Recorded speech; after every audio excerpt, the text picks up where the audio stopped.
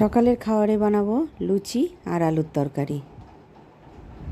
আটাটা মেখে নিলাম, এখন এটা কিছুক্ষণের জন্য ঢাকা দিয়ে রেখে দেব। এদিকে আমার আলু কাটা হয়ে গেছে, মশলাও রেডি করে নিলাম।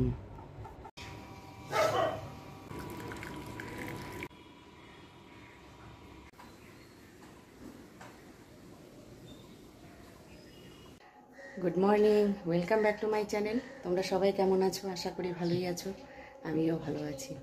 এখন বাজে 7:15। তো আজকে বুধবার, আজকে সৎসঙ্গে যাব, মানে মেডিটেশন করতে। তো সেখানে তো মোবাইল অ্যালাউ নেই, সে কারণে মোবাইলটা রেখেই যেতে হবে। তো এসে তারপর কথা বলছি। সব রেডি করে রেখে যাচ্ছি, এসে ঝটপট বানিয়ে নেব।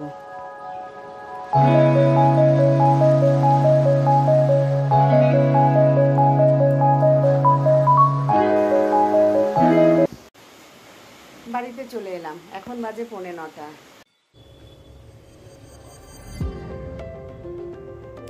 আলুর তরকারির জন্য কড়াইতে তেল দিয়ে দিলাম। তেলটা গরম হয়ে এলে এখানে পেঁয়াজ কুচি, কারি পাতা, কাঁচা লঙ্কা আর সর্ষে এইগুলো ফোড়নে দিয়ে একটু ভাজা ভাজা করে আলু দিয়ে আলুর তরকারিটা বানিয়ে ফেলব।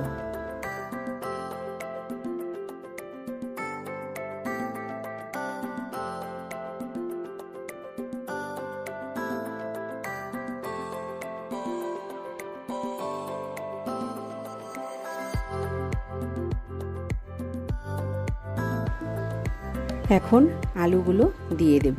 পেঁয়াজটা ভাজা হয়ে গেছে, একটু হলুদ, লবণ আর একটু কাশ্মীরি লঙ্কার গুঁড়ো দিয়ে দিলাম।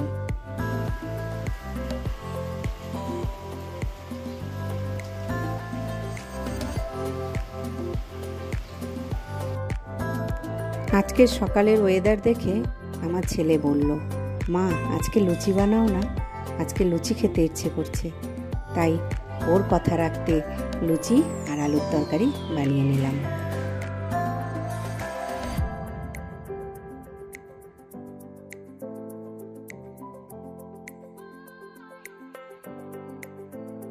লুচি তরকারি খেতে সায়ন খুব ভালোবাসে।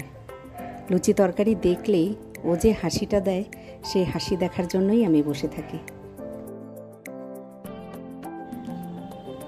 বর্ষার দিনে সকালে লুচি আর তরকারি হলে মন্দ হয় না।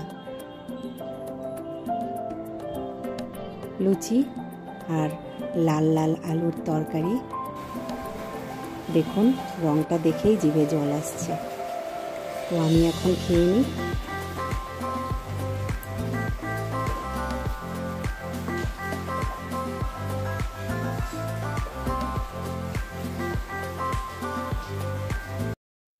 আজকে দুপুরে রান্না করব মোচা চিংড়ি, তো সেই কারণে মোচাটা বেছে নিচ্ছি। এদিকে দুপুরের ভাত বসিয়ে দিলাম, আর মোচাটা কেটে বেছে নিয়েছিলাম, সেগুলো লবণ আর হলুদ দিয়ে সেদ্ধ বসিয়ে দিয়েছি। আর চিংড়ি মাছ এনেছে তো এতগুলো, এগুলো ভাজতে সময় লাগে না, তো বেছে নিলাম। বেছে ভাজা বসিয়ে দিয়েছি, একটু হলুদ লবণ দিয়ে ভাজা করে নিলাম। মোচা চিংড়িটা বসিয়ে দিলাম এদিকে, না হলে আবার দেরি হয়ে যাবে, সেই কারণে মোচা বানাতে একটু টাইম লেগে যায়।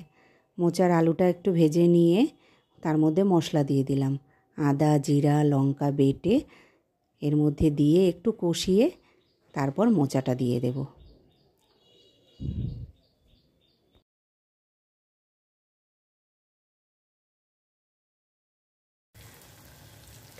মশলাটা ভাজা ভাজা হয়ে গেছে, এখন মোচাটা দিয়ে দেব।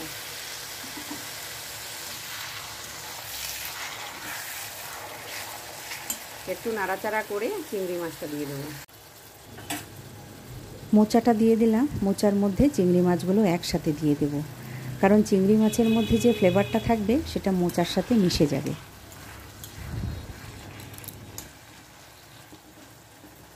এখন এটা ঢাকা দিয়ে দেব, নামানোর সময় গরম মশলা দিয়ে নামিয়ে ফেলব।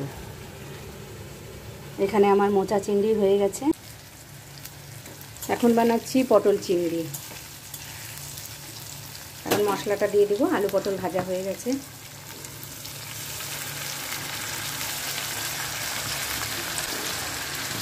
এখানে আদা, জিরা, লঙ্কা আর সামান্য একটু পেঁয়াজ বেটে দিয়েছি।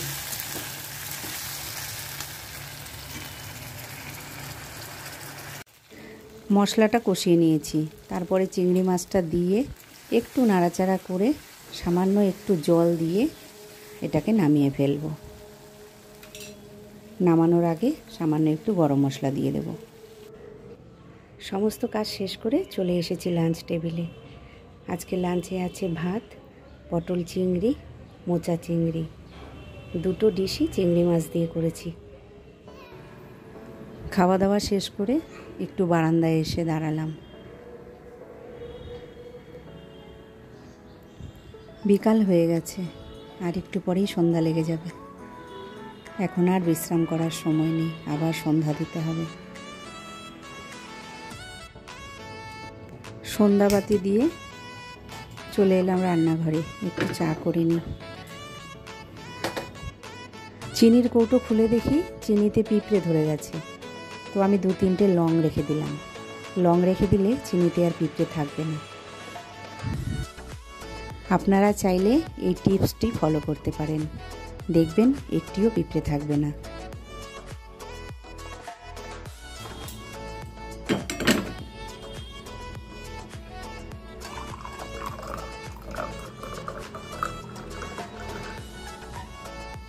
মাথাটা একটু ধরেছে, সেই কারণে কড়া করে লিকার চা বানিয়ে নিলাম।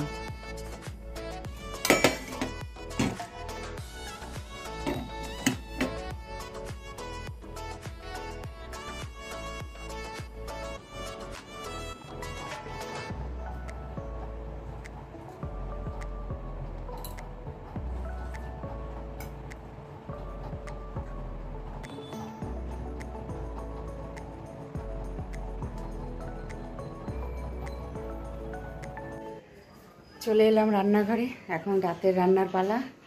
রাতে রুটি করব, দিনের তরকারি আছে, আম আছে, দুধ আছে, এই দিয়ে আজকে রাতে ডিনারটা সেরে নেব। এখানে রুটি ভেজে নিচ্ছি, এখানে দুধ বসিয়ে দিলাম, দুটো আম ধুয়ে রেখে দিলাম, খাওয়ার সময় কেটে দেব। আমার রান্না হয়ে গেছে, খাবার থালাও সাজিয়ে দিলাম, আর আম কেটে দুধে দিয়ে দিয়েছি। প্রতিদিনের মতো খাওয়া দাওয়া শেষ করে রান্নাঘরটা পরিষ্কার করে নিই। তবে আজকের ভিডিওটা এ পর্যন্তই। ভালো থাকবেন, সুস্থ থাকবেন, দেখা হবে পরের ভিডিওতে। ততক্ষণের জন্য টাটা।